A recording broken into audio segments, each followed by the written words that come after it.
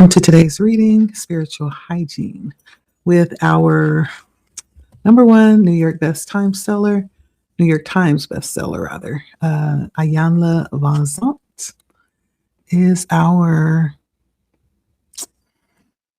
she is our teacher today. How are you guys doing? Happy Sunday. I hope you are off to a good start to your week through your own spiritual practices. It's been a beautiful week. This is the first week in May. Yes, we're done with April, stepping into a new energy for this month. I always like to say how we start a thing is how we finish it. And so this is very appropriate yet again for the start of this month. Last week we talked about clearing ancestral patterns and ancestral residue, right? We talked about a lot of things that's been handed down that we may or may not have critically analyzed to see if it's still fitting. You know, a lot of things that our ancestors had to deal with, we no longer have to deal with. A lot of things that they had taken on as methods were as a result of not really understanding or not even really having a reason why we do what we do. So many times we take on things and we don't know why we do them. We just do them because that's how mama did it, or that's how, it's been taught. But to have our own mind and to be able to critically think and assess a thing is very, very crucial. I feel in today's time, that chapter allowed us to do that. Some of the things that we've taken on as ours may not, in fact, be ours. And as we look a little bit deeper, we may see ways that it has not served us or has in many different ways affected us negatively. And so that chapter was heavy. Before going back and listening to the reading of that chapter, I do warn you, there's a lot of triggers in that chapter and a lot of truth, a lot of exposure.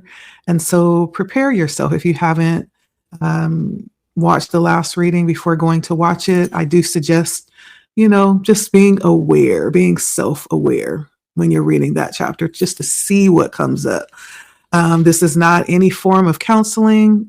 If you are needing to see one, I do suggest, as she has also suggested, Iyanla, that you take what comes up here and then take that back to your counseling sessions, or if you receive some type of guidance, use this as a tool to help you, right? This is not the guidance. This is not the counseling. This is just a tool to awaken and to bring to the surface some things that may need to be, we may need to be aware of. And so that was last week's chapter, and it was heavy. Let me tell you, it was really heavy. But I'm appreciative because this stuff needs to come up. It needs to be brought up and challenged. That's the whole purpose of that last chapter, was to challenge the residue that's left from the past generations. And that's exactly what we did. Now, as we look at the next chapter, chapter 9, this will be video number 10. We're talking about restoring physical and emotional rhythm. Okay. Restoring physical and emotional rhythm.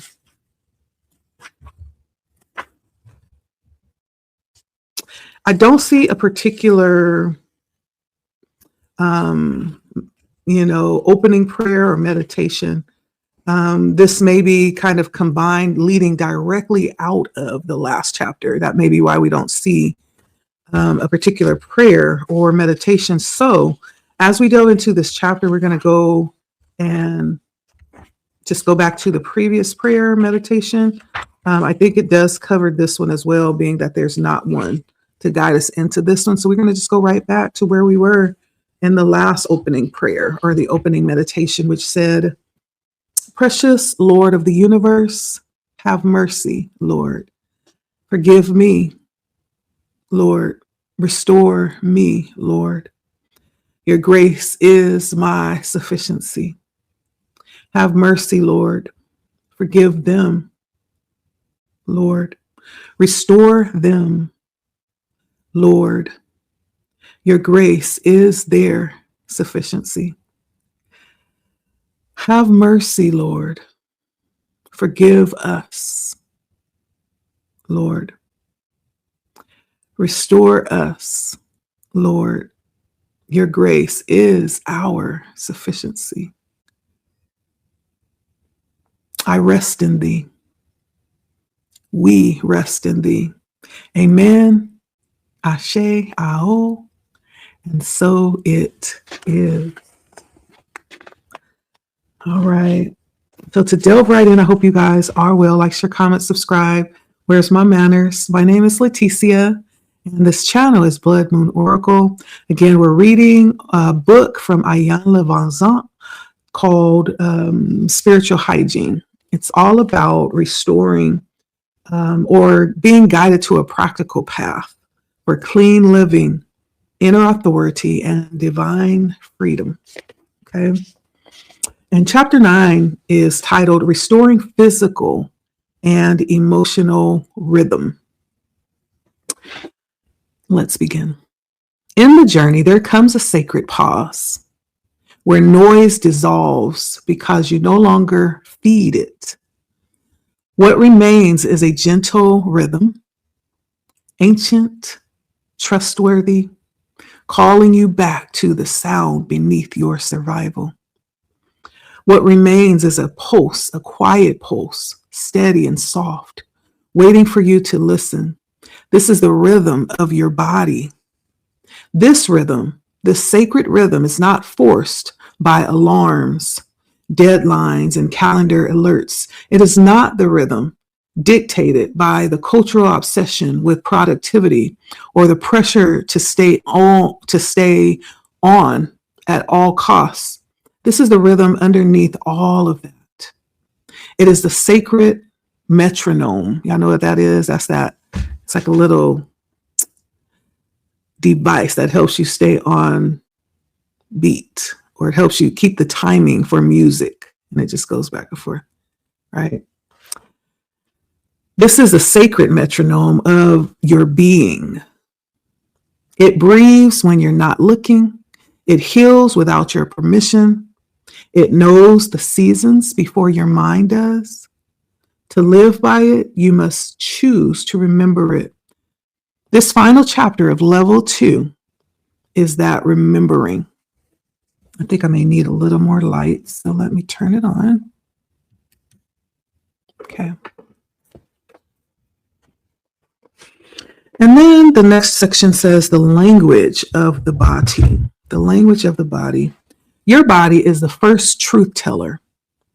It is the first responder to trauma. It is the most accurate prophet of your needs. Yet many of us have spent years, sometimes lifetimes, betraying its messages. We eat when we are numb, not hungry. We sleep when exhausted, not when our cycle asks for rest. We override pain, suppress tears, and call it strength. In doing so, we fall out of rhythm, physically, emotionally, and spiritually. The cost? Exhaustion that no nap can fix. Mood swings without a cause or name, chronic inflammation, brain fog, and spiritual disorientation, all while we tell ourselves and anyone who will listen that we are doing just fine. Rhythm is not just how you move, it is how you feel about what you're moving through.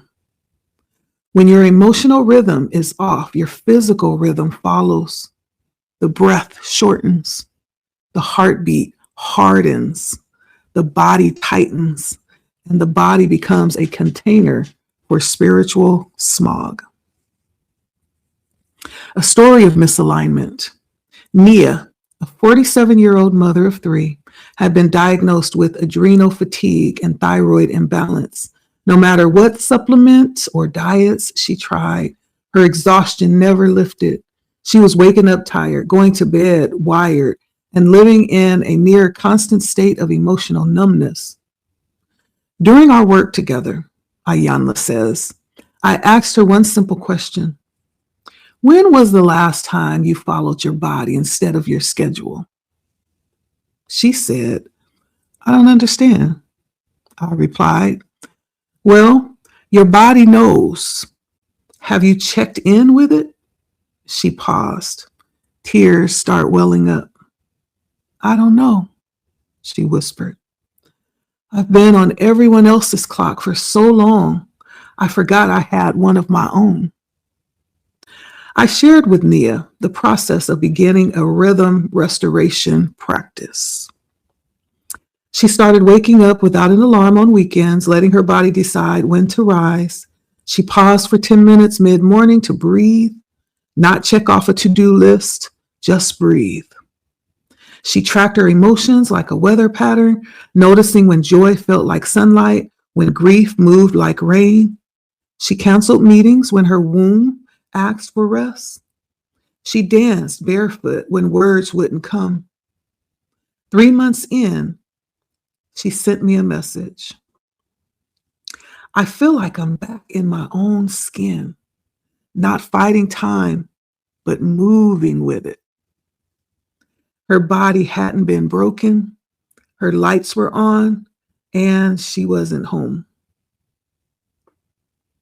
So, the wisdom of rhythm. Rhythm is a sacred order. It is the universe's way of organizing energy. It is why the tide knows when to rise, how flowers know when to bloom, how babies know when to sleep. And you are no different. You and your body have a rhythm. Living in alignment with your body's rhythm means sleeping when your soul is weary, not just when your schedule is clear. Moving, not to punish, but to circulate life. Eating to nourish, not numb. Crying without apology. And pausing without guilt. Restoring the rhythm. Here's some sacred practices.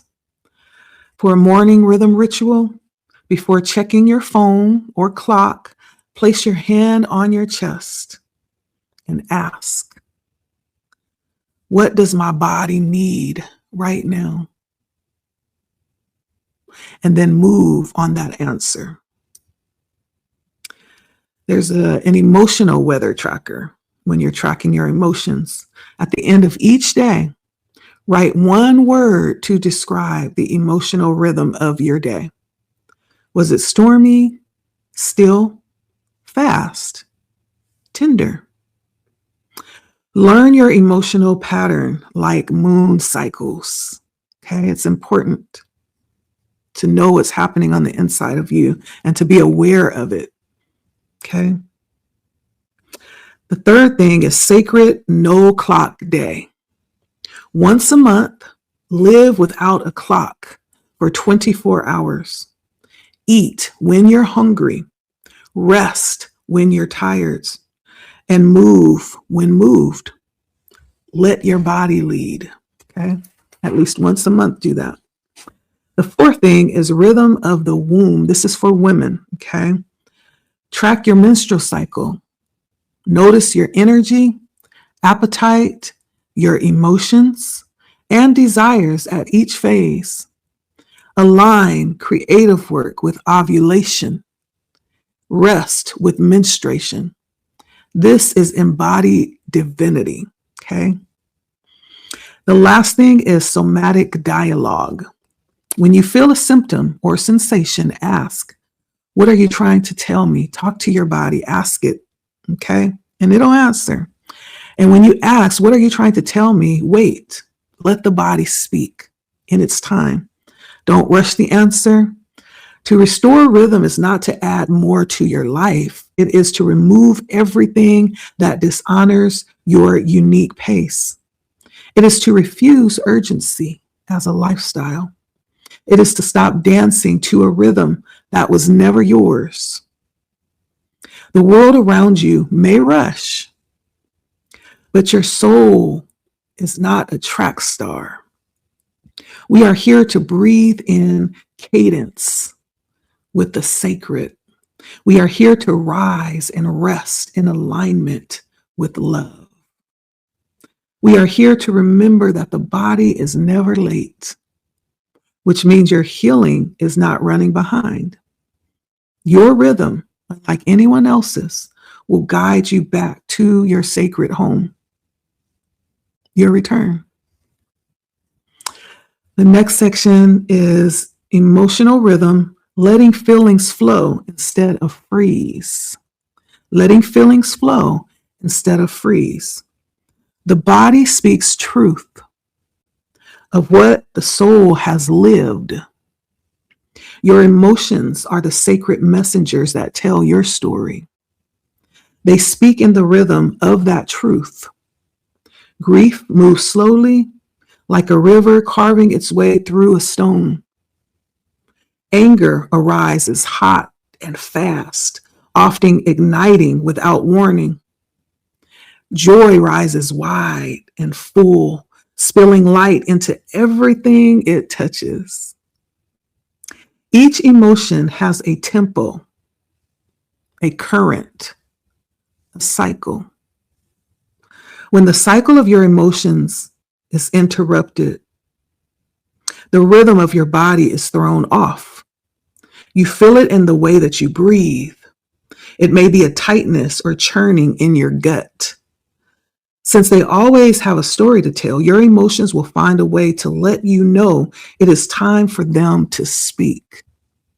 When your emotional rhythm freezes and the body starts to carry what the heart could not say, the body will let you know you've got a problem. This next section is Jalen, the PACE performance.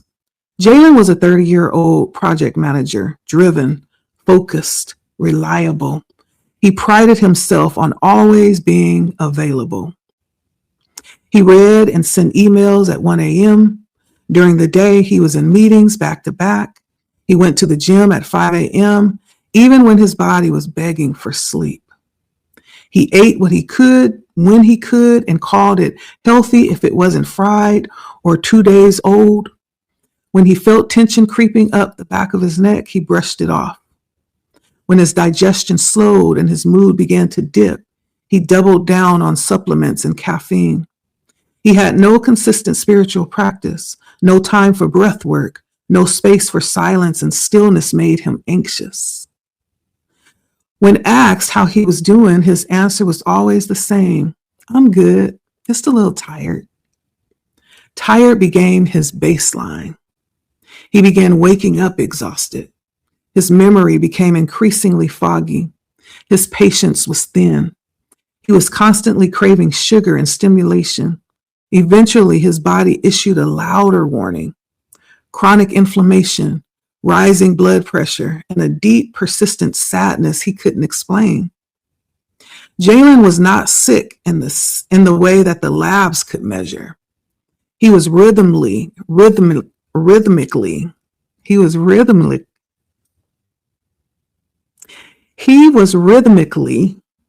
misaligned. His body had been trying to slow him down for years, but he was living by pressure, not presence. He had become a man of reaction, not rhythm, a man who was trying to outrun his own truth. The next one is Devin, the practice of presence. Devin, age 41, was a father, a business owner, and a man with many responsibilities. His mornings began with conscious breath, not email. He rose with the sun and paused in stillness before the day pulled at him. Devin consciously tracked his energy in cycles. He noticed that after high output weeks, his body called for restoration. He listened. He had a simple rhythm of checking in with himself before saying yes to anything. He meditated even when overwhelmed, he meditated when overwhelmed. He wept when he felt grief stirring. He moved slowly when his body felt tight. When he didn't know what he was feeling, he got still enough to ask. There was no perfection in his rhythm. There were hard days, stressful moments, but he knew how to return to center. He knew how to reset. His spiritual practice was his pulse, a way of coming back to himself repeatedly. Devin's body responded in kind. He slept deeply. He laughed often. He made decisions from the inside out. He didn't wait to break down to justify rest. He lived in his rhythm, not his reactivity. Living against your rhythm is a symptom of spiritual disconnection. When the world sets your pace, your body begins to forget its truth. When the world sets your pace, your body begins to forget its truth. You lose touch with what feels good. You become numb to the early signs of exhaustion. You live on adrenaline instead of alignment. Over time, that disconnection will morph into dysfunction. Things like insomnia, brain fog, chronic fatigue, irritability, hormonal imbalances, and silent inflammation.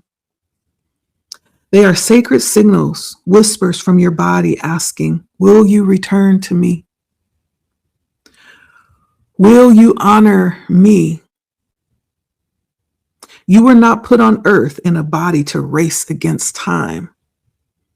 We are here, all of us, to move with our own divine timing, to walk, breathe, and choose in a way that honors our cycle, not just our goals. A spiritual practice creates a rhythm of return.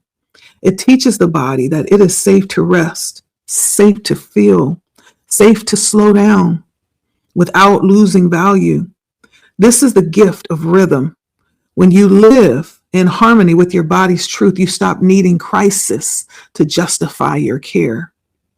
This is the place where many stand at the edge of return or resistance and the doorway of deeper listening. Each of us is given the same invitation, though it may come in different forms. Some may come in a breakdown. Some may come with a diagnosis. It could come with an ending of a relationship or a deep, unexplainable emptiness that we feel. Whatever the form, the message is clear. Come home. Come back into sync with yourself. Come back to the divine temple within. We all have the choice to honor the body's sacred rhythm or not. This brings up something for me as I was reading this, when we were talking about time, how we were not created for time. Time is a man-constructed perception. It's a man-constructed tool to try to control things, right? That's one of the things that I also can point back to less evolved civilizations, right? We like to talk about how evolved we are and how we've come such a far way with technology and how advanced, and we're just so far above and ahead of other less developed societies. But one of the things that we lack in all of this evolution towards technology is presence. One of the things that we lack is the value lost with that transition, with that evolution towards technology, right? There's value in not being a slave to time. There are those societies or those cultures. When we look back at less developed cultures, some of them are still event oriented. Did I say that right? Event oriented, where they don't necessarily follow the clock. They're not dependent upon time. They are following the natural flow of the day, of the week, of the month, of the seasons, right? We think of when we look at astrology, being guided by the stars, right? This is going back to the natural rhythm of creation. And there's some value to be said and to be given to those cultures and societies that are still event oriented, because there's something sacred in that, still being connected to the natural rhythm of nature, right? And there's presence in that, and there's something very valuable in that. That keeps us connected to the center of our being, to the center of creation. And if you ask me, that's where we want to be. And I know it seems weird not to have a clock, but to understand that a clock is man-made. It's a man's attempt to control, right? Basically, what happens if we alleviate the clock? We're left to the natural flow of our bodies. Like, what is your body saying? When is it time to lay down? What is your body saying? When is it time to eat? Like, we don't have to be overly obsessed. And I know the situation we've created for ourselves, there is a lot of dependency on time. Like, for those of us that work, we have to be up at a certain time because we are expected to be in a certain place, doing a certain thing at a certain time. For those of us that have children that are in school, there's all these things that are centered around time and schedules. But that's why she has said, for the somatic practice, these sacred practices that we can institute for ourselves to come back to self. Pick a day out of the month where you completely move away from schedules and just allow your body to flow through the day naturally. When you feel like getting up, get up, right? You may be used to getting up at 6 or 7 every day. Well, I don't feel like it today. My body wants to rest some more. So you go back to sleep and sleep till 10 or 11 because your body is calling for that additional rest that day. Maybe you get up and you don't really get hungry until 1. Eat when your body says, I'm hungry. I'm ready to eat now, right? And so there's something very powerful in that. I think when we look back at the less developed societies and cultures, they have something that we have exchanged for this thing that we call, and I'm not going to say it's evolution. That's too much of a sacred word to use. This thing that we've called development. And it has a lot to do with technology. There's this race against the clock. Even when we look at technology, one of the things that lately concerns me is this need for speed, right? Everything is about doing things quickly, from what we eat to how we, gather information. We look at the World Wide Web, how we're on this continuous quest for faster internet. But at what cost? At what cost? There's a hidden cost behind these things. And I'm going to say this, you may or may not agree with me, this thing that we call the 5G and going, right? We're still not satisfied. We need a faster speed, has caused us to put up these structures. In order to have this type of technology, there is a cost. It has caused us to put up these structures, these towers that used to be out in the field somewhere in nowhere land. Now, because we have a need for for increased speed, they're willing to bring those powerful structures that's giving off all of this energy right in our neighborhoods, right underneath our nose, right where we live, where we're coming and going. How is that affecting us? How is it affecting our nervous system? How is it affecting our ability to connect cognitively, emotionally, energetically? There is a cost. Believe me when I say that. It's yet to be seen, but there is a cost for that. Okay. And I say yet to be seen because usually what happens is we find out years later, oh, this is what we wanted. And we thought this was helping, but this is what happened. This is the cost as a result of, right, placing these things right here up under our noses. And of course, they won't tell you because it's always about, it's always about money. So they're not going to tell us, this beautiful thing that we call social media, right? They didn't tell us how addictive it would be, how we would trade connection with each other, how eventually it will come to a point where we depend on this for everything. We can't even, have an original thought anymore because we're so tapped in to this thing that we call technology, the World Wide Web, social media. And so there's always a cost behind it. And so what Ayanna is saying is that we have to come back to self. Sometimes it's good to sit the phone down for 24 hours. Don't look at it. When you get up in the morning, don't let that be the first thing that you reach for. Sit up in your bed and find out what is on your mind first thing in the morning. What's going through your mind first thing in the morning without having to touch anything? What's coming up for you, right? So consciously and intentionally coming back to self is going to be beneficial in this case for this type of healing and to maintain a level of healthy living in this way. This is necessary because we've gotten so far away from ourselves in exchange for these other things. It's time to come back.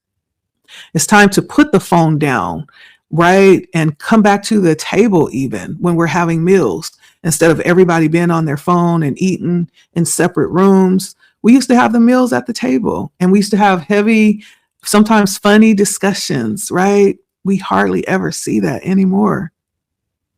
It's time to come back to the table, put the phone down. How was your day? What happened today? Anything you want to share? How can I help? Some you want to get off of your chest. What happened at work? What happened at school? Just to have heart-to-heart conversation. We hardly ever even do that because everybody's so glued to their devices. You go out with your friends. Everybody's glued to their devices. What's the point of even going out when everybody's going to be in their phones? We're not even engaging in conversation sometimes, but just to get an understanding, and tapping back into ourselves because we've gotten so far away from that. We've allowed the world to dictate our schedules and what's most important. And we've gotten away from ourselves and doing that, giving away that power. And so this is what we're talking about. The next section says reclaiming the feminine flow. Reclaiming the feminine flow. A woman's womb is not just an organ. It is a temple. Okay, we talked about that last week as well. It's not just an organ, but this is a sacred portal. It is a sacred temple. Okay, the womb. A timekeeper, a transmitter of divine rhythm. For too long, women have been taught to override the sacred cycles that live within them, to see their flowing time, their monthly cycle as an inconvenience. Okay? We've been taught that. To push through fatigue, to ignore the subtle and powerful shifts in mood, in energy, and creativity that naturally occur. Modern life is not designed for the feminine rhythm, but a woman's soul is. Modern life is not designed for the feminine rhythm, but a woman's soul is. A woman's soul is designed for feminine rhythm. To reclaim the feminine flow is to remember the intelligence that lives inside of this womb, this thing that we call the womb, this portal of life, okay? This portal that gives, the wisdom that doesn't move in straight lines, but in spirals. It is to understand that your energy, your emotions, and your embodiment are not meant to be the same every day. It's not meant to be the same every day. They move through a sacred order. And when you live in alignment with this inner order, you stop fighting yourself. You begin to honor with your body what your body has known all along. Your womb cycles through 4 distinct energetic seasons each month. It cycles, okay?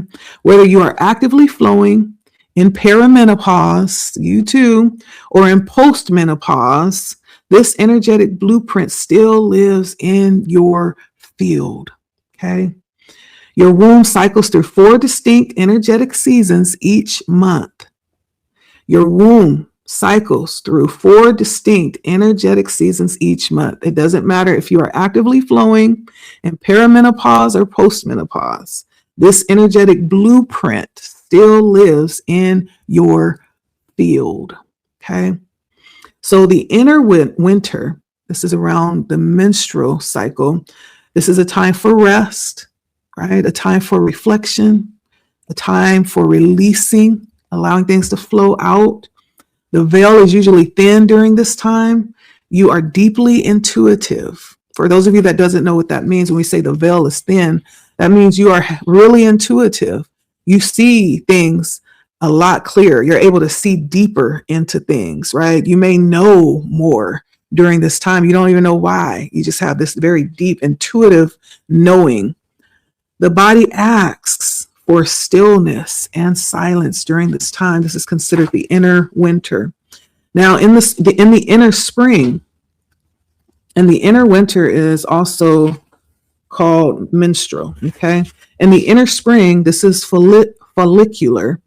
The energy rises, ideas blossom, motivation returns. There's a time for visioning and gentle action. Okay. In your inner summer, this is towards ovulation. Okay. There's magnetism, clarity, expression. You are most radiant here emotionally, physically, and spiritually. This is a time for creativity, communication, and connection. And then we have the inner autumn, which is the luteal season. The energy begins to kind of wane off or taper. Focus turns inward. A time to complete, organize, prepare, to release again. This is a time when sensitivity rises, not as weakness, but as truth telling or a truth teller. And so just as in nature, how the seasons come and go, right? Our bodies are the same. It's the same. Each phase offers a gift, a sacred shift. Women have been taught to live in a constant state of output. We're taught that we have to give. Productivity and performance, mimicking the masculine rhythm, okay? Just to feel accepted, safe, or seen. We've been taught that we have to do this. To live with the womb is to listen, to refuse to apologize for needing rest at certain times. To survive and flourish in the many earth changes that are unfolding, women must learn how to stop pushing through the wisdom of fatigue or the clarity of mood shifts and to see feminine energy cycles as a portal rather than a problem. Okay. Oh, this is powerful. And this is specifically for women. My apologies, men. You do carry feminine energy, but we're talking about something that is really specific to women. We're talking about the embodiment of the feminine energy that we have been gifted with, that comes with this very beautiful gift that we call a womb. Okay, it's not a curse. This is not as a result of Eve biting the apple and we were cursed for being disobedient. Malarkey. This is a gift. This is a gift. We are alike in nature, right? As we see the seasons toil and change and how each season brings something very special, something specific in preparation for what comes next. It's the natural rhythm of life. And our womb is the keeper of that rhythm. Our womb sets the pace and the timing. It's a gift that we've been given, not a curse. Okay, different perspective, huh? We've been taught that it was a curse. Couldn't be further from the truth, but it places us in the likeness of creation. Listen to what I'm saying. The power that you hold as women. Okay. And I've heard so many times how, women get, and I'm going to say the word, itchy. We get itchy around that time of the month. No, we have a right to operate in these different seasons of our life. And for everything, there is a time, right? as she discussed each of these seasons, how they bring a different call and a different response to these seasons, right? And I always prided myself, interestingly, because I never really felt too affected. I guess I can look at it as I denied myself the right to feel all of these different things. It's like, I don't know why people say women are so itchy. I'm never itchy, right? I prided myself in saying that that wasn't me. Even that's a default in thought. Maybe I denied myself the right to feel some of these things, right? And so however we saw it, it wasn't the right way. Okay. It could, because we were taught that it was a curse. It's not. That's the greatest blessing that we could ever have been given. The fact that we were created in the likeness of the creator, of creation itself. You mean my body reflects nature every month, right? As we see the seasons cycle through every year and how each of them brings something very special and significant. You mean my body replicates that every month? Yes, it does. Now you know your blessing. And I'm sorry, because I started this portion saying this is inclusive of the men too, but actually this part is not, right? We're talking about attributes given to women specifically around the womb as it pertains to the rhythm of our bodies that connects us to a healthy rhythm of life, okay? Each of these phases offer a sacred gift, a sacred shift. And we've been taught to constantly give. But the truth of the matter is there are shifts. There's times where we shouldn't be given. There's times where we shouldn't be open. There's times where we should be turned inwardly towards ourselves, right? And so there's seasons, okay? Honor, we're being taught how to honor that. What is your body saying? Are you listening? Mariah's return to herself is the next story. Mariah, age 36, was a high-performing therapist and mother of two. She hadn't taken more than 2 consecutive days off in several years. Her cycle had become irregular. She dreaded her flow time. In her hurried life, she experienced it as a nuisance. Like so many women, Mariah had been conditioned to believe that needing rest made her lazy. Emotional shifts made her unstable or itchy, right? Put a B in front of that. And asking for space made her selfish. When she began the work of spiritual hygiene and reclaiming her rhythm, everything shifted. She started tracking her cycle, not just the days she was flowing, but her energy, emotions, and cravings throughout the month. She noticed she was more creative and outspoken during ovulation, but deeply introspective just before her cycle began. Rather than resisting the creativity of her luteal phase, which is the fall, she began protecting it by scheduling fewer meetings, creating space for journaling, and finding much needed solitude. She allowed herself to flow in stillness, sometimes even anointing her womb with oil, whispering blessings of release and renewal. For the first time in her life, she didn't feel broken. She felt whole. Within 3 months, her body responded. Her cycle stabilized, her sleep improved, her anxiety decreased. Her self-awareness taught her how she had abandoned herself and how she had dishonored her feminine rhythm. The state of her mind, heart, and life improved once Mariah learned to live with her womb, not despise it, but she honored it as sacred. Changed the whole game. The feminine body does not thrive in constant output. She blooms in rhythm and cycles. She renews through rest, not resistance. Reclaiming the feminine rhythm is not about the monthly flow.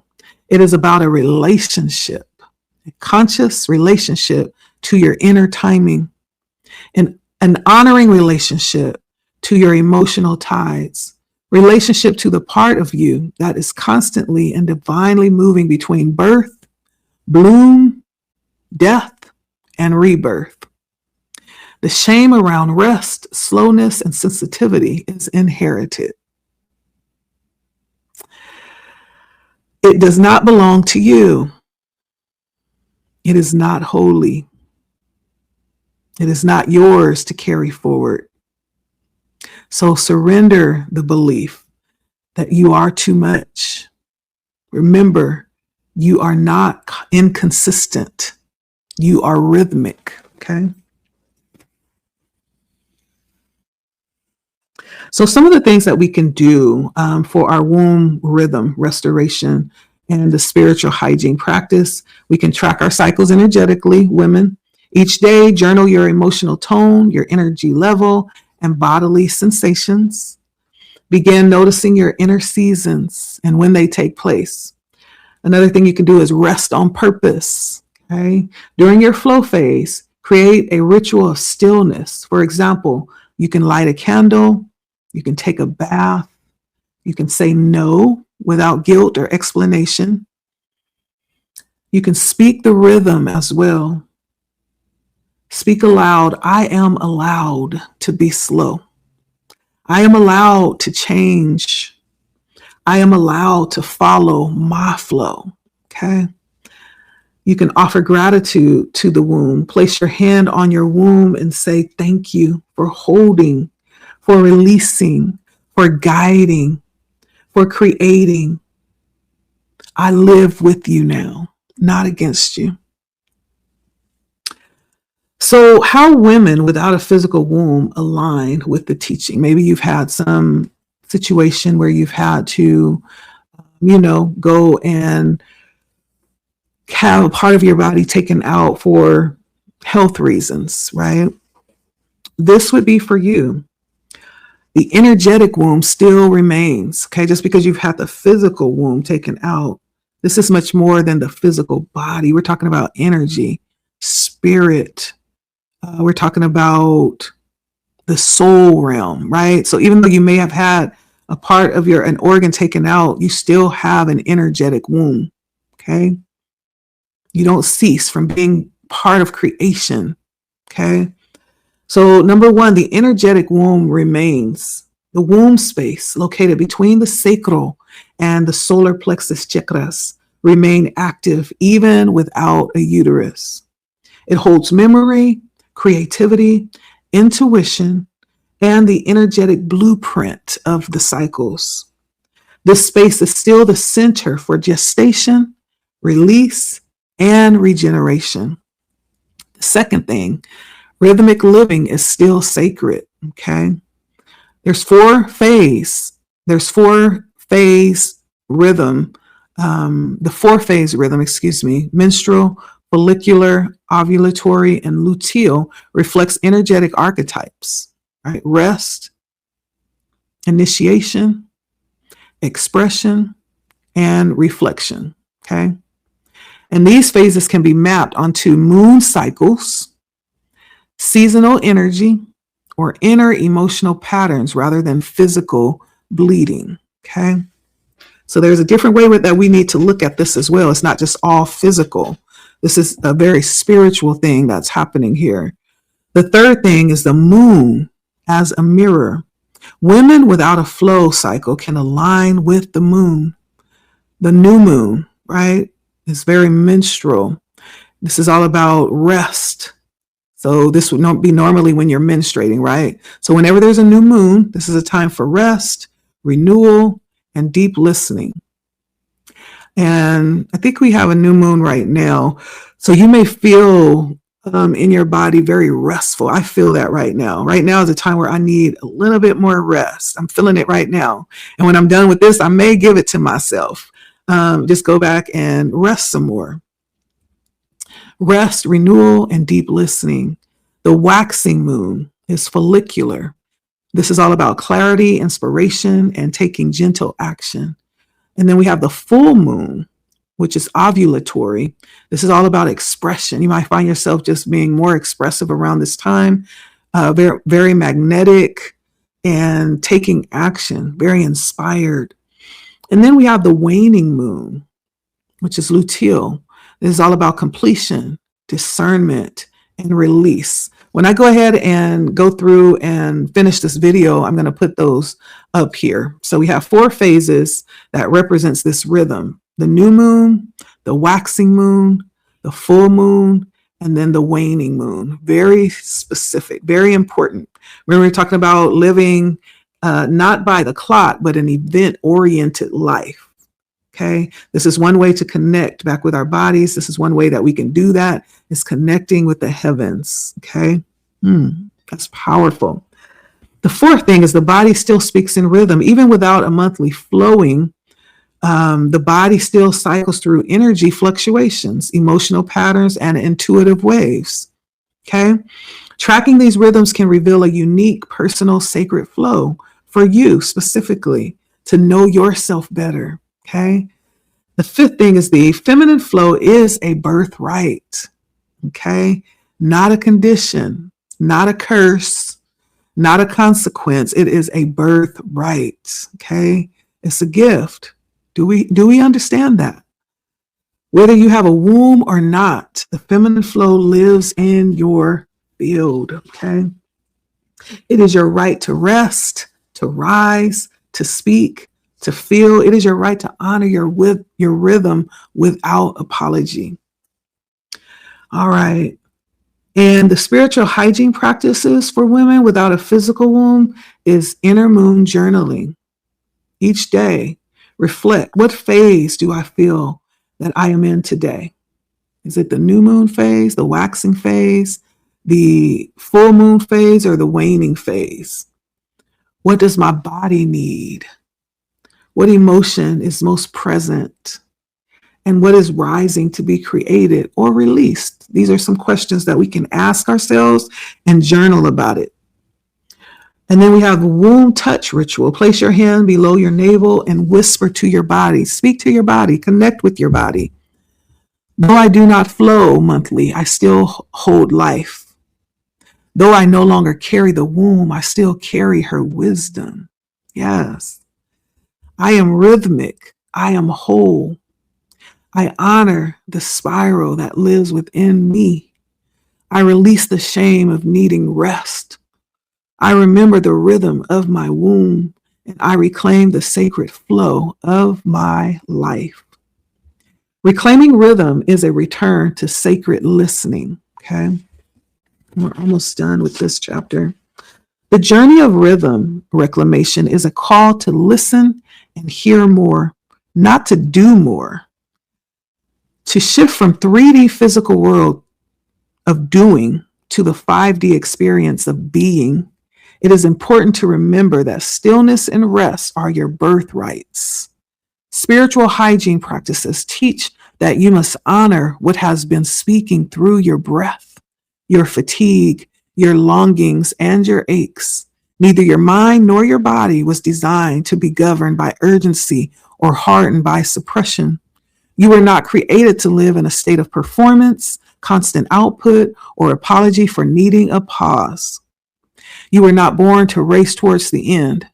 You were born to respond to the pulse of breath, to the ebb and flow of emotion, the quiet wisdom of the body's sacred cycles. You were designed to move in rhythm with life itself. Family and society have conditioned you to be in competition with it. This reclamation is not about managing your time better. It is about re-entering your timing, your unique rhythm. It is about remembering that divine rhythm is within you, waiting, whispering, returning. When you listen to your body, you do not fall behind. You do not miss out. You come back into the alignment with a deeper intelligence. You stop measuring your value by productivity.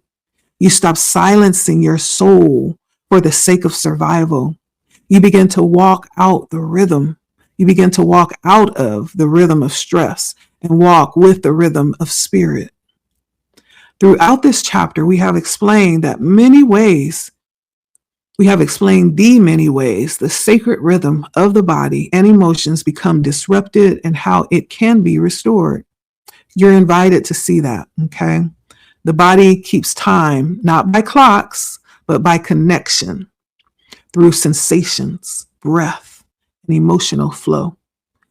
Emotional rhythm requires movement, not management.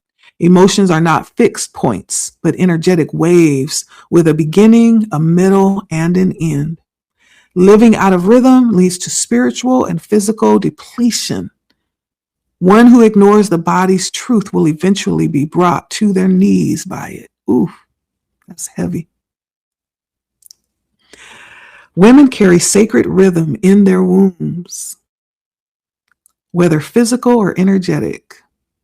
Living in alignment with these cycles is an act of spiritual sovereignty, period. Rest is not passive. It is active restoration, a return to trust, a healing balm for the overused nervous system, the overloaded heart, the overlooked soul. This is practice now. This is the practice now, releasing the lie that your womb is measured by motion.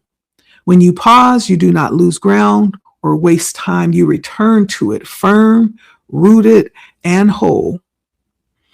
So now we have rest as a reclamation. Rest is not a luxury. Rest is not something you earn after proving your value. Rest is a spiritual stance that you can embrace as a lifestyle. Honoring your body's need to rest says that I trust the rhythm of my body more than the rhythm of the world. It says that I am not here to be consumed. I am here to be consecrated. It says I do not hustle, for rhythm. I do not hustle for healing. I create spaces for it to arrive. The body heals when it is not being harried. The nervous system unwinds when it feels safe. The soul reveals itself when silence is honored. Sacred rhythm begins with sacred stillness. Stillness is an invitation. In stillness, your next breath becomes holy. Your next step becomes intentional. In stillness, you remember that exactly where you are, as you are becoming whole and holy. Let this be your declaration. I reclaim my rhythm. I honor my body's truth.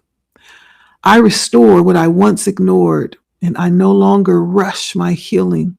I no longer apologize for my pace. I walk in the rhythm of spirit. I rest because I am wise enough to know what is sacred. All right. So this concludes level 2, soul cleansing and detoxification. You have listened. You have felt. You have released. Now rest. You are not taking a break from your life. You are preparing for a sacred return to it. I hope you enjoyed this chapter. Again, my name is Leticia. So beautiful. This is so appropriate because I am about to go and rest. Listen, not because I earned it, but because it's time. It's time. All right. You guys take care. I hope you find what you need in today by listening to your body. Okay. Man, woman, child alike. It's time.